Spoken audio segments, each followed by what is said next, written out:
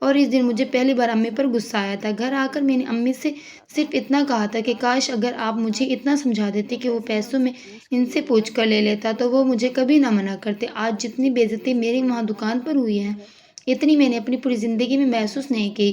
امی نے اس دن مجھے بہت اچھا ناشتہ دیا تھا، ہر ممکن حد تک میری دلجوئی کی تھی۔ ہونا تو یہ چاہیے تھا کہ وہ مجھے اس وقت ڈانٹ دیتی اور کہتی ہاں بیٹا واقعی میں مجھ سے غلطی ہوئی ہے، لیکن انہوں نے مجھے بھرپور طور پر منانے کی کوشش کی تھی اور کہا تھا تیری کوئی غلطی نہیں ہے، غلطی تیرے چچا کی ہے جن کا دل بہت چھوٹا ہے۔ اگر اپنی اتنی دولت میں سے 50,000 ہمیں تھما دیتے تو ان کی دولت میں کون سی کمی آ جاتی۔ اس وقت امی نے یہ نہیں سمجھا کہ اخلاق ایک بہت بڑی دولت ہے اور ہر کسی کے پاس نہیں ہوتی، اور تربیت ایک ایسی ذمہ داری ہے جو ہر ماں نہیں نبھا سکتی۔ کاش میری امی نے میری تربیت بہترین کی ہوتی تو آج میں اس مقام پر ہوتا، اس مقام پر نہ ہوتا بلکہ ایک خوش و خرم زندگی اپنی فیملی کے ساتھ گزار رہا ہوتا۔ لیکن ہائے افسوس، بعد میں صرف کاش ہی رہ جاتا ہے اور ہم ہاتھ ملتے رہ جاتے ہیں۔ میرے ساتھ جو کچھ ہوا تھا اس نے مجھے سر سے لے کر پیر تک بدل کر رکھ دیا تھا، لیکن اب بہت دیر ہو چکی تھی۔ میں اب دوبارہ گھر کا ہو کر رہ گیا تھا۔ میں نے کچھ جگہ کام کی بات کی تھی، تبھی نعیمہ باجی کے شوہر نے میری حالت دیکھی تھی تو مجھے اپنے پاس بلایا تھا اور مجھے کہا تھا بیٹا تم سب سے پہلے کام کو چھوڑو اور پڑھائی کرو، تمہاری پڑھائی کا خرچہ میں اٹھاؤں گا، اگر قابل ہو گئے تو تمہیں تنخواہ بھی اچھی ملے گی۔ ایک کام کرنا، تم صبح پڑھائی کرتے رہنا اور شام کو میری دکان پر آ جانا۔ میں تمہیں تنخواہ نہیں دوں گا بلکہ تمہاری امی کے ہاتھوں میں چند پیسے رکھ دوں گا جس سے تمہارے گھر کا راشن پانی آ جائے گا۔ مجھے ان کے شوہر کی عادت اچھی لگی تھی اور انہوں نے بہترین تجویز دی تھی، اسی لیے میں نے ان کی تجویز پر عمل کیا اور دل لگا کر پڑھنے کی کوشش کرنا لگا۔ چچا کی دولت بار بار میری آنکھوں کے سامنے گھومنے لگی، کس طرح بے دھڑک وہ اپنے اوپر خرچ کرتے تھے، اپنی فیملی کو خوش رکھتے تھے۔ یہ بھی شکر تھا کہ میں نے محنت کر کے پڑھائی مکمل کر لی تھی اور نعیمہ باجی کے شوہر کے توسط سے ہی مجھے نوکری مل گئی تھی۔ آفس میں نے شروع کے چند دن بہت محنت کی تھی اور تب مجھے اپنی ذات کی اس پہلو سے آگاہی ہوئی تھی کہ اگر میں محنت کروں تو بہت سے لوگوں سے آگے جا سکتا ہوں، لیکن وہی عادت جو مجھے ورثے میں ملی تھی، اسی عادت نے مجھے کہیں نہ کہیں چھوڑا تھا۔ آفس میں میری چند ایک لڑکوں سے دوستی ہوئی جن میں وراثت سب سے اول نمبر پر تھا۔ اس کی کارکردگی آفس میں سب سے اچھی ہوتی تھی اور ہمیشہ اسے آفس کی طرف سے کوئی نہ کوئی انعام مل کرتا تھا۔ اس بات نے میرے اندر آگ لگا دی تھی اور میں وارث کو اس کے عہدے سے ہٹانے اور گرانے کے منصوبے بناتا رہتا تھا۔ پھر مجھے بہت جلد موقع مل گیا اور میں نے وارث کو ایک کیس میں بدنام کر دیا۔ بظاہر میرا نام بھی نہ آیا اور باس کے سامنے میں سرخرو ہو گیا، جبکہ یہ ساری کارروائی میری اپنی کی ہوئی تھی۔ میں ان تمام چیزوں میں اتنا ماہر ہو گیا تھا کہ صفائی سے کام کرتا اور کسی کو خبر ہی نہ ہوتی کہ یہ کام میں نے کیا ہے۔ وارث کو باس نے بری طرح بے عزت کر کے نوکری سے نکال دیا تھا اور مجھے وارث کی جگہ رکھ لیا تھا۔ اب میں اسی طرح ترقی کرتا رہتا، البتہ ابھی تک میں نے وارث کے علاوہ کسی کو پھنسایا نہیں تھا۔ اسی دوران ہمارے آفس میں ایک نیا لڑکا آیا تھا جس کی تعلیمی قابلیت ہم تمام لوگوں سے زیادہ تھی اور اس نے اپنی تعلیمی قابلیت سے باس کے دل میں بہت جگہ جلدی بنا لی تھی۔ میں اسے حسد کرنے لگا تھا، حالانکہ میں نے اس سے دوستی نہیں کی تھی بلکہ وہ خود ہم سے بات کرنے کی کوشش کرتا۔ میرے دل میں تو ویسے بھی حسد اور جلن کے جذبات پیدا ہو رہے تھے، اسی لیے میں اس سے دور ہی رہتا۔ لیکن جلد ہی اس نے ہمیں شادی کی خبر سنائی تھی اور پھر اس نے ہمیں شادی پر بھی بلایا تھا۔ اس کا نام نمیر تھا۔ نمیر بہت اچھا انسان تھا، لیکن شاید میرے اندر ہی خرابی تھی یا شاید میں شیطان بھی آگے بڑھ گیا تھا۔ نمیر نے شادی میں بلایا اور جب میں اس کی دعوت پر اس کی شادی میں شرکت کرنے کے لیے گیا تو میری آنکھیں کھلی کی کھلی رہ گئی تھی۔ نمیر کی بیوی بے حد خوبصورت تھی اور اس کی بیوی سے مجھے ایک دم سے اپنے دل میں جیسے محبت سی محسوس ہونے لگی تھی۔ نمیر مجھ سے عمر میں بھی کم تھا، یہی کوئی 5 سال کا فرق تھا۔ میں اس وقت 25 برس کا ہو چکا تھا اور وہ 20 سال کی عمر میں بھی اتنی قابلیت والا بن کر نہ صرف آفس میں بڑے عہدے پر فائز تھا بلکہ اس کی شادی بھی ہو گئی تھی اور قسمت کا اتنا دھنی تھا کہ اس کی بیوی بے حد خوبصورت تھی۔ جب سے اس کی بیوی کو دیکھا تھا میری راتوں کی نیندیں اڑ گئی تھیں۔ امی بھی اب مجھے ٹھٹک کر دیکھا کرتی تھی اور تمہیں کیا ہو گیا ہے، تم تو بالکل خاموش ہو کر رہ گئے ہو۔ جب میں انہیں کیا بتاتا کہ میں نمیر کی بیوی کو دیکھ کر اپنا دل ہار بیٹھا ہوں اور اسے حاصل کرنے کے لیے طرح طرح کے منصوبے بناتا ہوں۔ جیسا کہ میں نے پہلے بھی آپ کو بتایا تھا کہ یہ بات ہمیں ورثے میں ملی تھی کہ جب بھی کوئی اچھی چیز دوسروں کے پاس دیکھو تو اسے خود محنت سے حاصل کرنے کے بجائے دوسروں سے چھین کر حاصل کرو۔ یہی اصول میں نے اپنا لیا تھا اور اب میں یہی اصول نمیر پر اپنانے والا تھا۔ میں نے سب سے پہلے یہ ایک کام کیا تھا کہ میں نے اس سے اچھی خاصی دوستی جھاڑ لی تھی اور اسے ہر ممکن حد تک یہ ثابت کیا تھا کہ میں اسے بہت زیادہ مخلص ہوں اور آپس میں عہدے میں مجھ سے بڑا ضرور تھا، لیکن اکثر لنچ ٹائم میں بیٹھ کر ہم اکثر باتیں کیا کرتے تھے تو وہ اپنی بیوی کے بارے میں مجھے بتاتا تھا۔ اس بات کے لیے بھی میں نے اسے اکسایا تھا۔ میرے سوال ہی ایسے ہوتے تھے کہ وہ حیرت زدہ ہو کر مجھے دیکھتا ہی رہ جاتا اور میں اس کے کندھے پہ ہاتھ رکھ کر اسے یہ تسلی دینے کی کوشش کرتا کہ میں تجربے میں تم سے بڑا ہوں، اسی لیے تمہیں بہترین نصیحت کروں گا۔ پچھلے کچھ دنوں سے وہ بے حد پریشان تھا۔ مجھے موقع مل گیا، میں نے اس سے پوچھا کہ تمہیں کیا مسئلہ ہے، تمہارے چہرے پر پریشانی کے آثار ہیں۔ کہنے لگا بیوی 3 دن سے ناراض ہے اور مجھ سے بات نہیں کر رہی۔ بس یہی وہ موقع تھا جب میں نے آگ لگانا شروع کر دی اور جلتی پر تیل کا کام کیا تھا۔ میں نے ہنس کر اس کی طرف دیکھا تھا، کہا تھا مرد ہو، مرد کبھی بھی اپنی بیوی سے نہیں ڈرتا بلکہ اسے ڈرا کر رکھتا ہے۔ اگر تم نے ایسا نہ کیا تو تمہاری بیوی تمہارے سر پر چڑھ کر ناچے گی، نہ صرف تمہاری بے عزتی کرتی رہے گی، کوئی عزت نہیں کرے گی، بلکہ خاندان میں بھی تمہاری کوئی عزت باقی نہیں رہے گی۔ نمیر نے ایک دوست کی حیثیت سے میرا مشورہ سنا تھا۔ میں نے تو اپنی طور پر اپنا کام کا آغاز کر دیا تھا، کیونکہ جب سے میں نے اس کی بیوی کو دیکھا تھا میں نے اپنے دل میں یہی منصوبہ بنایا تھا کہ کس طرح ان دونوں کی طلاق کروا کر میں خود اس کی بیوی سے شادی کروں گا اور ان دونوں کے درمیان اتنی نفرت، اتنی جدائی ڈالوں گا تو یہ دونوں ایک دوسرے کی شکل دیکھنے کے لیے بھی ترس جائیں گے۔ اگلے 2 دن تک میری اور اس کی بات نہیں ہو پائی تھی۔ وہ مجھے بجھا بجھا سا دکھائی دیا تھا، لیکن میں نے اسے اپنے غم میں ہی رہنے دیا تھا۔ تیسرے دن جب مجھے وقت ملا تو میں اس کے پاس جا کر بیٹھ گیا اور باتوں ہی باتوں میں اس سے پوچھ بیٹھا کہ کیا ہوا، تمہاری بیوی کا منہ ٹھیک ہوا؟ مجھے دیکھ کر وہ پھیکی ہنسی ہنسا اور کہنے لگا، یہ شادی بھی نہ چند دنوں کی دولت ہوتی ہے جیسے حاصل کر کے انسان بہت خوش ہوتا ہے، اس کے بعد تو زندگی جیسے بہت بری لگنے لگتی ہے۔ میں ہنس پڑا۔ کہنے لگا، کیا ہو گیا ہے، ذرا تفصیل سے تو بتاؤ۔ کہنے لگا، جس دن تم نے مجھے بتایا کہ بیوی کو ڈرا کر رکھتے ہیں، میں اس دن گھر میں گیا۔ میں نے بیوی سے کوئی بات نہ کی، لیکن بالآخر میں ہمت ہار گیا۔ میں نے انتہائی محبت سے اسے اپنے پاس بلایا تو اس نے نخرے دکھائے اور صاف صاف کہہ دیا کہ جب تک منائیں گے نہیں تب تک میں آپ سے کوئی بات نہیں کروں گی۔ اس کے لہجے میں انتہائی طنز تھا۔ بس میرا میٹر گھوم گیا۔ مجھے تمہاری نصیحت یاد آ گئی۔ میں نے آگے بڑھ کر اسے ایک زوردار تھپڑ رسید کیا تو وہ مجھے خالی خالی نگاہوں سے دیکھنے لگی۔ پھر اگلے ہی لمحے وہ میرے قدموں میں گر گئی اور مجھ سے معافی مانگنے لگی۔ ان کی شادی کو صرف 4 مہینے کا عرصہ ہوا تھا اور 4 مہینے میں اس نے پہلی بار میرے کہنے پر اپنی بیوی پر ہاتھ اٹھا دیا تھا۔ یہ میرے لیے سب سے بڑی کامیابی تھی۔ ابھی تو مجھے کامیابی کے بہت سے مراحل طے کرنے تھے، لیکن یہ مرحلہ تو آسانی سے طے ہو گیا تھا۔ یعنی ان دونوں کے درمیان میں پہلی درار ڈال چکا تھا اور مجھے اس پر کوئی افسوس بھی نہیں تھا۔ اب میں شدت سے انتظار کرنے لگا کہ کب نمیر اپنی بیوی کو حرکتوں سے تنگ آ کر اسے طلاق دے دے۔ یہ میرا پہلا وار تھا۔ اب میں اپنے اگلے وار کے بارے میں سوچنے لگا۔ ابھی اس بات کو 2 دن ہی گزرے تھے کہ نمیر کا چہرہ ایک بار پھر سے مجھے اترا ہوا دکھائی دیا۔ میں نے فوراً اس سے وجہ پوچھی تو کہنے لگا، یار یہ بتاؤ بیوی کو کتنا جیب خرچ دینا چاہیے؟ میں نے اس کی طرف حیرت بھری نگاہوں سے دیکھا۔ جیب خرچ کیا دینا ہوتا ہے بھائی، گھر کا خرچہ ہاتھ میں رکھو اور پورا پورا حساب مانگو۔ اگر ذرا بھی آئیں بائیں شائیں کرے تو اسے یہ اوقات بتا دینا کہ تم گھر میں بیٹھ کر صرف کام کرتی ہو، باہر کے دھکے نہیں کھاتی۔ جس دن اسے یہ سبق مل جائے گا نا، وہ تم سے جیب خرچ مانگنا بند کر دے گی۔ نمیر نے حیرت سے میری طرف دیکھا تھا۔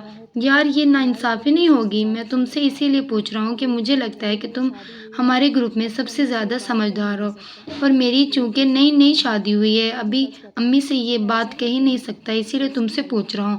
مجھے سچ بتاؤ، کیا ایسا کرتے ہیں؟ میں نے اس کے کندھے پر ہاتھ رکھ کر اسے تسلی دی تھی۔ میں نے تمہیں پہلے بھی کہا ہے، بیوی کو اس قدر سر پہ مت چڑھاؤ کہ وہ تمہارے سر پر چڑھ کر ناچنے لگے۔ اسے جیب خرچ مت دو، بلکہ اسے کہو کہ اسے جو بھی ضروری چیز چاہیے تم اسے لے کر دو گے۔ اس طرح تمہیں پتہ چل جائے گا کہ وہ کن کن چیزوں پر خرچ کرتی ہے، اور اگر زیادہ لڑائی جھگڑے کرے تو اسے دن کی طرح ایک تھپڑ رسید کر دینا۔ ڈر تو ویسے ہی وہ تم سے چکی ہے، مزید ڈر جائے گی اور آئندہ جیب خرچ کا مطالبہ بھی بند کر دے گی۔ یہ میرا دوسرا وار تھا جو میں نے انتہائی سوچ سمجھ کر اس پر کیا تھا۔ اگلے دن نمیر میرے پاس آ کر بیٹھا اور انتہائی افسردہ دکھائی دینے لگا۔ کہنے لگا یار جیب خرچ پر وہ مان گئی لیکن 2 دنوں سے ٹھیک سے بات نہیں کر رہی۔ میں ہنس پڑا۔ یہی بات تو تمہیں سمجھنی ہے، وہ مانی نہیں ہے بلکہ اپنی ناراضگی کا اظہار کر رہی ہے۔ شاید وہ ابھی بھی یہ سمجھ رہی ہے کہ تم اسے منا لو گے، لیکن تمہیں میں نے ایک چیز سمجھائی تھی، اور اسے اس کی اوقات میں رکھو، نہ کہ اسے اپنے قابو میں رکھو اوقات سے باہر اور اسے اس کی اوقات میں رکھو۔ یاد رکھو یہ بیویاں جب اوقات سے باہر ہو جائیں نہ تو پھر سنبھلتے نہیں سمجھتی، اور دولت کا نشہ اگر انہیں لگ گیا تو پھر یہ وفادار نہیں رہتی۔ تم اچھی طرح میری بات ذہن نشین کر لو، بلکہ تم اس سے بڑھ کر پوچھ لو کہ بار بار ناراضگی کی آخر وجہ کیا ہے۔ گھر میں اسے سب ملتا ہے تو پھر کیوں بار بار منہ پھلا کر بیٹھی جاتی ہے؟ مجھے تو لگتا ہے وہ تم سے محبت ہی نہیں کرتی۔ تم جا کر اس سے پوچھو کہ کہیں اس کے ماضی میں اس کے ساتھ کچھ ایسا تو نہیں ہوا تھا جس نے اس کا دل توڑا ہو۔ میں نے ہوا میں تیر چلایا تھا اور نمیر کی آنکھوں میں میں نے بے بسی ہی بے بسی دیکھی تھی۔ وہ اس دن وہاں سے جلدی کام سے گھر واپس لوٹ گیا تھا اور میں نے دل ہی دل میں خود کو داد دی تھی کہ میں نے کمینگی کی ہر حد پار کر لی ہے اور میں ان دونوں کے درمیان طلاق کرنے کے لیے بہت سے حرب آزما لیے ہیں۔ اب جیسا میں چاہتا تھا ویسا ہی ہونا چاہیے تھا۔ میں شدت سے اس بات کا منتظر تھا کہ کب اگلے 2-3 مہینے میں مجھے یہ خبر ملے کہ نمیر نے اپنی بیوی کو طلاق دے دی ہے، لیکن مجھے حیرت کا شدید جھٹکا لگا۔ اس وقت لگا جب نمیر مجھے خوش دکھائی دینے لگا۔ اب میں اندر ہی اندر بیشتاب کھا رہا تھا۔ میں نے خود کو بظاہر آفس کے کاموں میں مصروف کر لیا تھا، لیکن دراصل مجھے نمیر کی زندگی کی ٹور لینے میں ہی مزہ آتا تھا، اور اب تو دل اس قدر بے چین تھا کہ کب وہ خوبصورت خبرو حسینہ میری گود میں آ کر گر جائے اور میں اسے ایک موقع غنیمت جان کر اپنی زندگی میں شامل کر لوں۔ لیکن نمیر جیسا کانٹا میری زندگی میں شامل تھا اور وہ کسی طور پر ہٹنے کا نام ہی نہیں لے رہا تھا۔ اس دن آفس میں کسی وجہ سے جلدی چھٹی دے دی گئی۔ میں نے نمیر کے پاس آیا، وہ بے انتہا خوش تھا اور جلدی جلدی جانے کی تیاری کر رہا تھا۔ کیا بات ہے، آج تو بہت خوش دکھائی دے رہے ہو۔ اس نے میری طرف دیکھا اور کہا یار آج میری بیوی کی سالگرہ ہے، میں اسے تحفہ دینا چاہتا ہوں۔ میں اسے دیکھ کر ہنس پڑا۔ زندگی میں روز ہی تو اس سے تحفے ملتا ہے، تم روز محنت کرتے ہو، یہ اس کے لیے ایک تحفہ ہی ہے۔ فضول تحفے میں پیسے ضائع مت کرو، اور ہاں یہ بتاؤ اب تمہارے اور اس کے درمیان کیسی زندگی گزر رہی ہے؟ تو وہ ایک دم سے خاموش ہو گیا۔ کہنے لگا پتہ نہیں مجھے کیا ہو گیا ہے، اسے دیکھتا ہوں تو ایک دم سے غصہ آنے لگتا ہے۔ بس یہ بات ذہن میں بیٹھ گئی ہے کہ وہ کہیں کسی اور کو پسند تو نہیں کرتی، کہیں مجھ سے بے وفائی تو نہیں کر رہی، لیکن سچ کہوں تو وہ مجھ سے بے حد محبت کرتی ہے۔ میں نے شادی کے ان 4 مہینوں میں اس پر 4 بار ہاتھ اٹھا لیا، لیکن مجال ہے جو اس نے پلٹ کر مجھے جواب دیا ہو، بلکہ وہ میرے قدموں میں گر گڑاتی ہے اور مجھ سے معافی کی طلبگار ہو جاتی ہے۔ پھر میں بھی اسے نرم دل سے معاف کر دیتا ہوں، لیکن پتہ نہیں کیوں مجھے غصہ آ جاتا ہے، اور ہفتے میں 1-2 بار تو ایسا ضرور ہوتا ہے۔ آج میں اسے کسی طور ناراض نہیں کرنا چاہتا، بلکہ آج میں اسے ہر طریقے سے خوش کرنا چاہتا ہوں۔ میں اسے بہت محنت کرتا ہوں اور اسے کھونا نہیں چاہتا۔ نمیر کے الفاظ میرے دل میں جیسے برچھی کی طرح لگ رہے تھے۔ میں نے سوچ لیا تھا کہ اب جو بھی ہو جائے ان دونوں کے درمیان طلاق کروا کر رہوں گا۔ میں نے آگے بڑھ کر اسے گلے سے لگایا اور اس کے کان میں سرگوشی کی کہ بیوی کو اتنا سر پہ مت چڑھا کہ سارا دن تیرے دماغ میں بیوی ہی گھوما کرے، اسے اپنے کنٹرول میں رکھ، اور ہاں یہ سالگرہ والگرہ منانے کی کوئی ضرورت نہیں ہے۔